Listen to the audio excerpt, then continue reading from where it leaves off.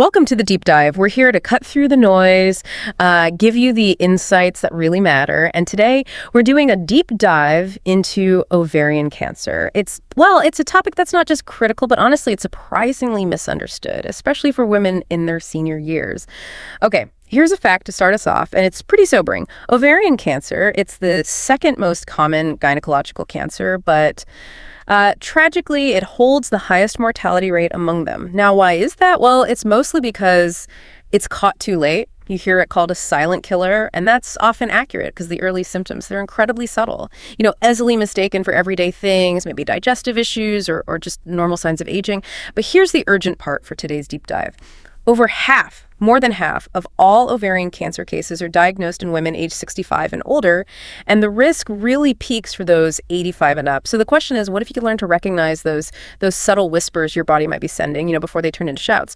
And that's exactly our mission today. We've really gone through the source materials you sent, everything from medical journals, public health guides, to pull out the critical, research-backed insights you need.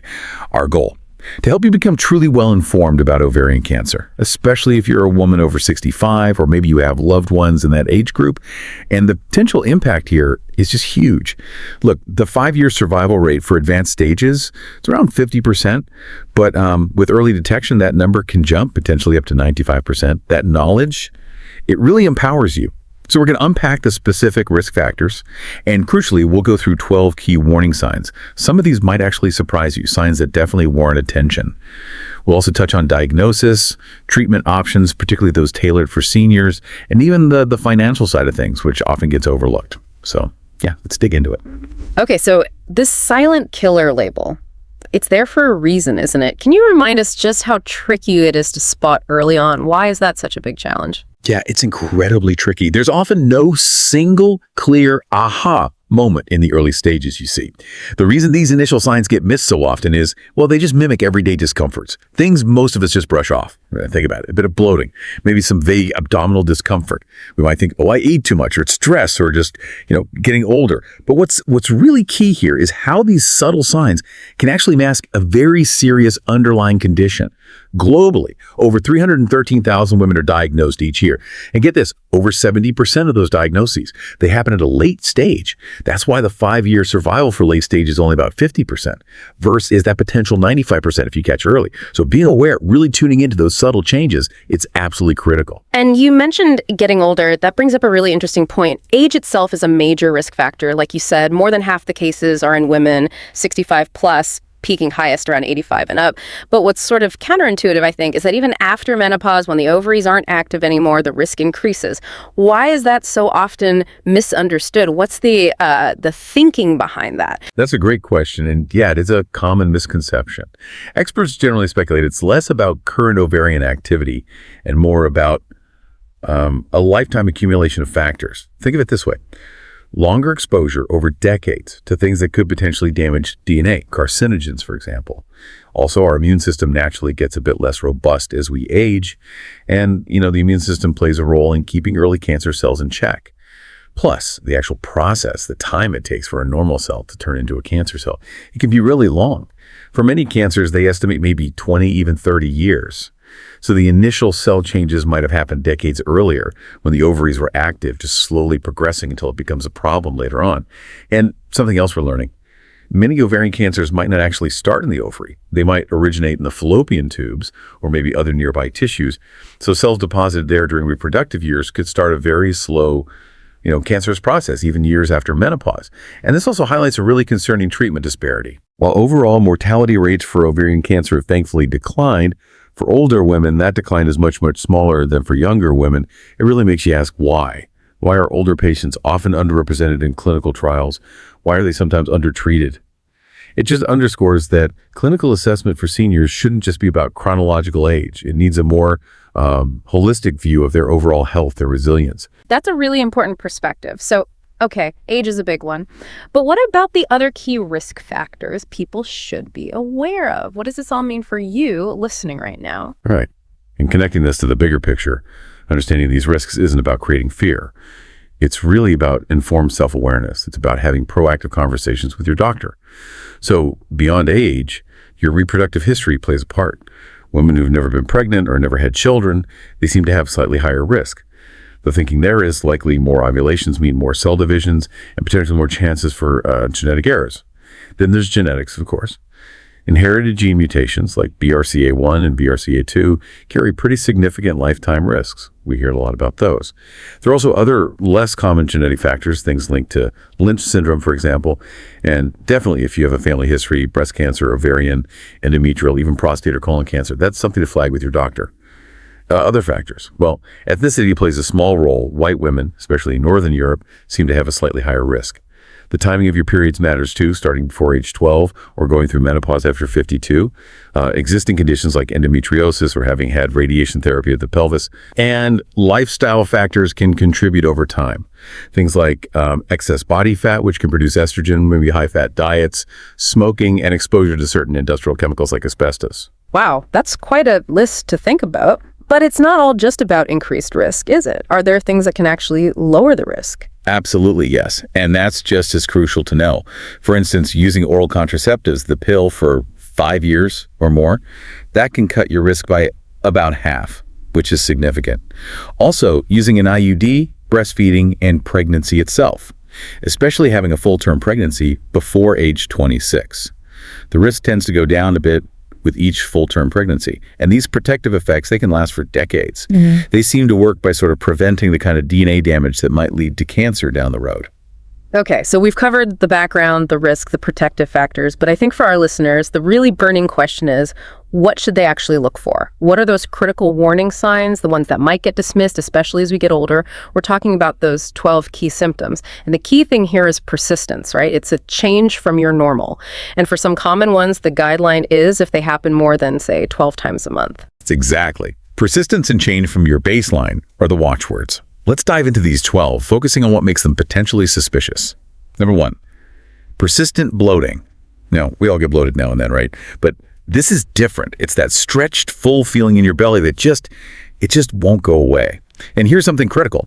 While it's easy to dismiss, a 2023 study actually found persistent bloating or abdominal distension was the most common symptom reported. It's often due to fluid buildup called ascites or maybe the tumor itself growing. So that unexplained bloat, don't ignore it if it sticks around. Okay, persistent bloating. What's another common one that might get brushed off? Number 2, pelvic or abdominal pain. Again, not just a fleeting cramp. This is more of a strange nagging ache in your lower belly or pelvis that doesn't seem to have a reason and doesn't go away. It might feel like a dull ache, maybe a pulling sensation, or sometimes even a sharp jab as a tumor presses on tissues or organs. Get this. Over 63% of early-stage patients reported this as their first noticeable symptom, often weeks before they got diagnosed. And what about that thing where you eat just a few bites and suddenly feel completely full? Right. Number 3, feeling full quickly or early satiety, feeling stuffed after just a small amount of food, even when you know you haven't eaten much. Tumors can press against the stomach or intestines, literally reducing their capacity. Ascites, that fluid buildup, can make this worse too. It's a pretty common complaint, especially in more advanced cases. Then there's the bathroom issue, suddenly having to go much more often or urgently. Yep. Number 4, frequent urination or urgency. The ovaries are located pretty close to the bladder, so a growing tumor can put pressure on it, reducing how much it can hold. A major JAMA study found that about 55% of women with ovarian cancer reported urinary symptoms like these, compared to about 32% in a control group. So it's a noticeable difference. And that overwhelming tiredness, the kind that sleep doesn't seem to fix. Number 5, fatigue. And we're not talking just being tired after a busy day. This is a relentless exhaustion, often described as profound. It frequently comes on before a diagnosis. Studies have shown patients describing really high levels of fatigue, morning and evening, impacting their sleep, their quality of life.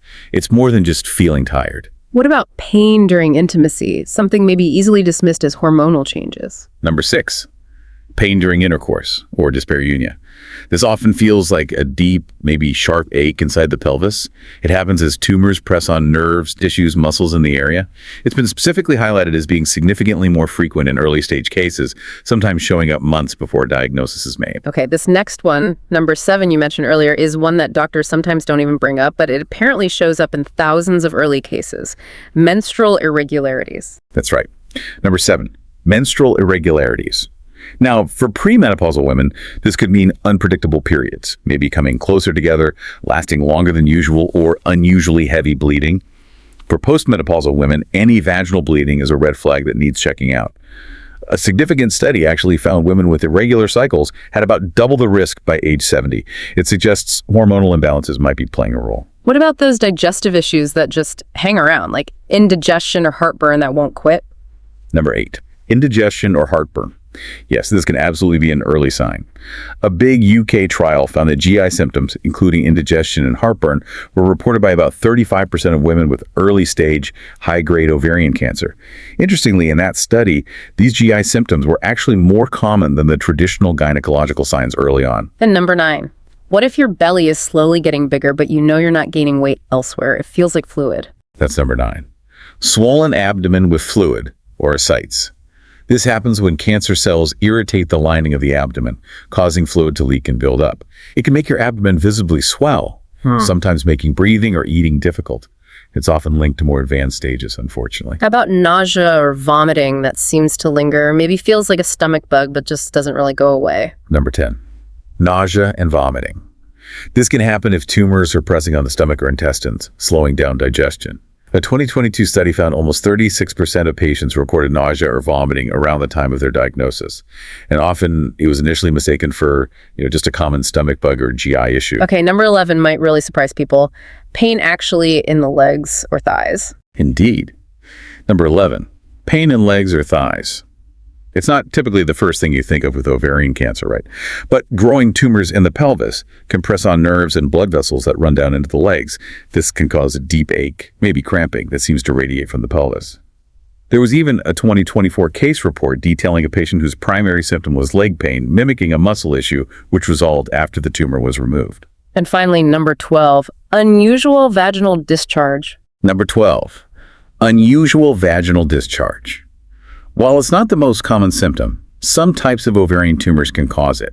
We're talking about persistent discharge that might be watery, maybe bloody, or have a foul smell.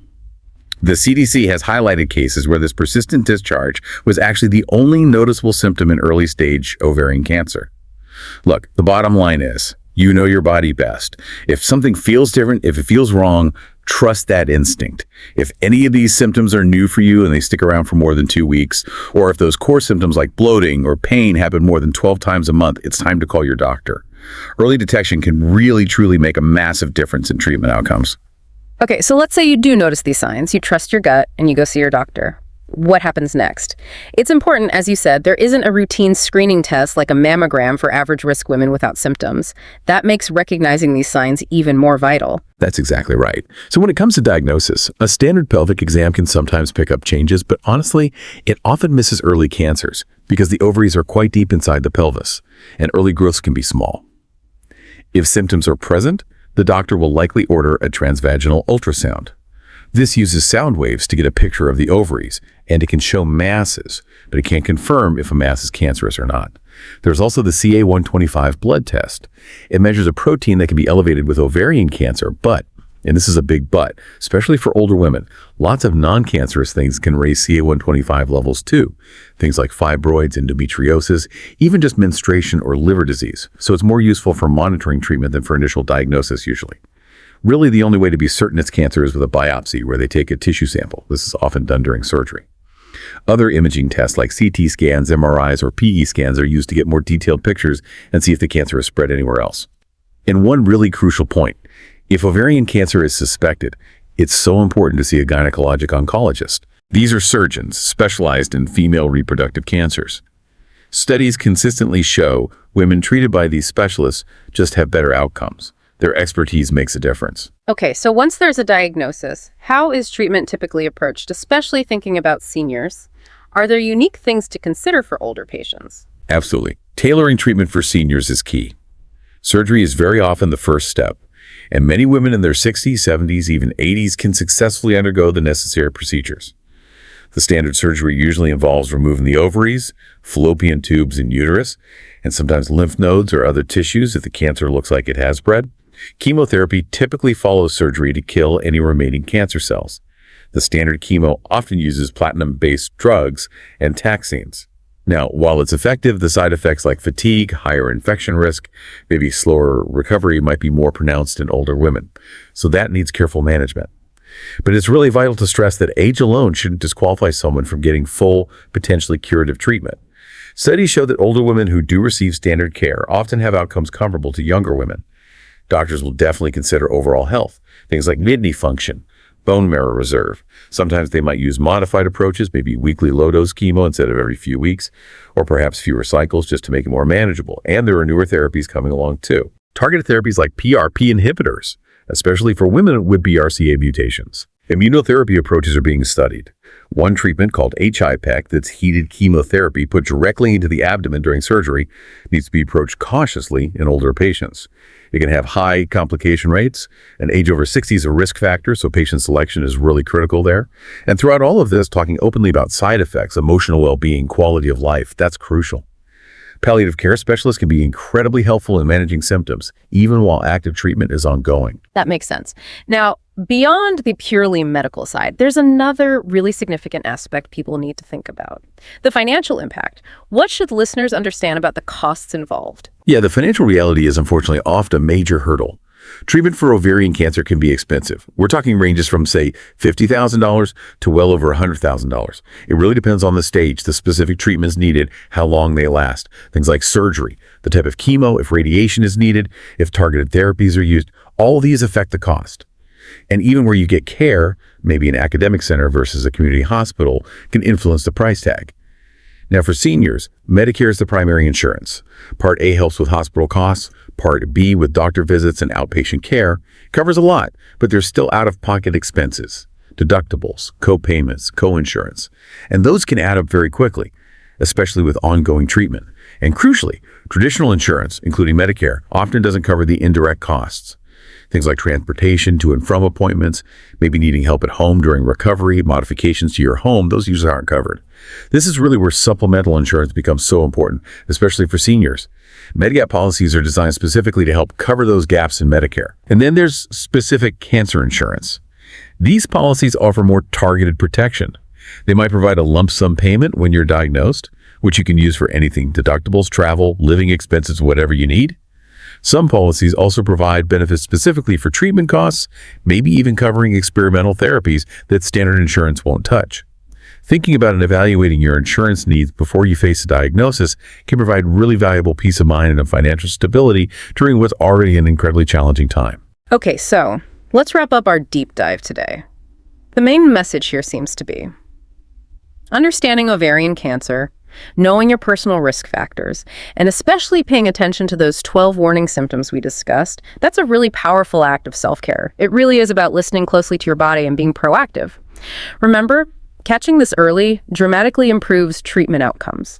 It can completely change the picture for so many women. Your health truly deserves priority, especially as you enjoy your senior years.